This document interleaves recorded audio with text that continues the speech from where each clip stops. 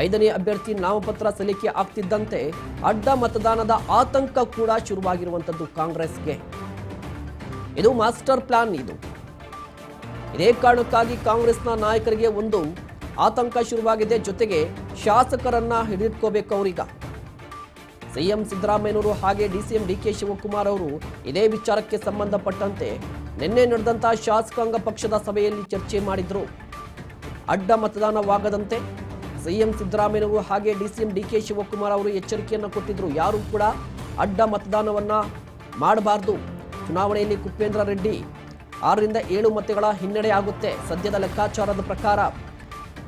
ಆ ಹಿನ್ನಡೆಯನ್ನ ಸರಿದೂಗಿಸಬೇಕು ಅಂತ ಮೈತ್ರಿಯ ನಾಯಕರು ಕಾಂಗ್ರೆಸ್ನ ಶಾಸಕರನ್ನ ಸೆಳೆಯುವ ನಿಟ್ಟಿನಲ್ಲಿ ಒಂದಿಷ್ಟು ಕಾರ್ಯತಂತ್ರವನ್ನ ಮಾಡ್ತಾರೆ.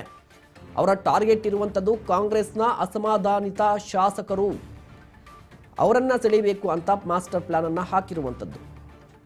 ರಾಜ್ಯಸಭೆಗೆ ನಾಮಪತ್ರವನ್ನು ಸಲ್ಲಿಸಲಿಕ್ಕೆ ಇವತ್ತು ಕೊನೆಯ ದಿನ ಏನಿದೆ. ಬಿಜೆಪಿಯ ರಾಷ್ಟ್ರೀಯ ನಾಯಕರು ಮತ್ತು ಬಿಜೆಪಿಯ ರಾಜ್ಯದ ನಾಯಕರು ಎಲ್ಲರ ಒಂದು ಸಲಹೆ ಮೇರೆಗೆ ಬಿಜೆಪಿ ಮತ್ತು ಜೆಡಿಎಸ್ನ ಎನ್ಡಿಎ ಅಭ್ಯರ್ಥಿಯಾಗಿ ಉಪೇಂದ್ರ ರೆಡ್ಡಿ ಅವರನ್ನ ಚುನಾವಣೆಯಲ್ಲಿ ನಾಮಪತ್ರ ಸಲ್ಲಿಸ್ತಕ್ಕಂಥ ನಿರ್ಧಾರ ಆಗಿದೆ. ಇರ್ತಕ್ಕಂಥ ಸಂಖ್ಯೆಯ ಬಗ್ಗೆ ನಿಮಗೇನು ಅನುಮಾನಗಳಿದೆ, ಚುನಾವಣಾ ಫಲಿತಾಂಶದ ನಂತರ ಯಾವ ರೀತಿಯ ಒಂದು ತೀರ್ಮಾನಗಳಾಗುತ್ತೆ ಅಂತಕ್ಕಂಥ ನೋಡೋಣ. ಯಾಕೆಂದರೆ ಚುನಾವಣೆಯಲ್ಲಿ ನಮ್ಮ ಪಕ್ಷದಿಂದಲೂ 19 ಶಾಸಕರಿದ್ದಾರೆ. ಬಿಜೆಪಿಯಿಂದ ಒಬ್ಬ ಅಭ್ಯರ್ಥಿಗೆ ಸಂಖ್ಯೆ ಏನು ಬೇಕಿದೆ, ಅದ್ರ ಜೊತೆಗೆ ಅವರಲ್ಲೂ ಹೆಚ್ಚುವರಿ ಮತ ಇದೆ. ಆ ಒಂದು ಹಿನ್ನೆಲೆಯಲ್ಲಿ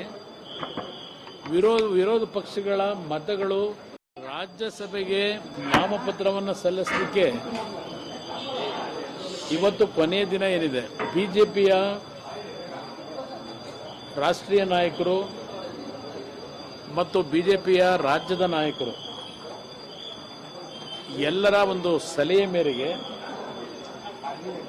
ಬಿಜೆಪಿ ಮತ್ತು ಜೆಡಿಎಸ್ನ ಎನ್ಡಿಎ ಅಭ್ಯರ್ಥಿಯಾಗಿ ಉಪೇಂದ್ರ ರೆಡ್ಡಿ ಅವರನ್ನ ಚುನಾವಣೆಯಲ್ಲಿ ನಾಮಪತ್ರ ಸಲ್ಲಿಸ್ತಕ್ಕಂಥ ನಿರ್ಧಾರ ಆಗಿದೆ. ಇರ್ತಕ್ಕಂಥ ಸಂಖ್ಯೆಯ ಬಗ್ಗೆ ನಿಮಗೇನು ಅನುಮಾನಗಳಿದೆ, ಚುನಾವಣಾ ಫಲಿತಾಂಶದ ನಂತರ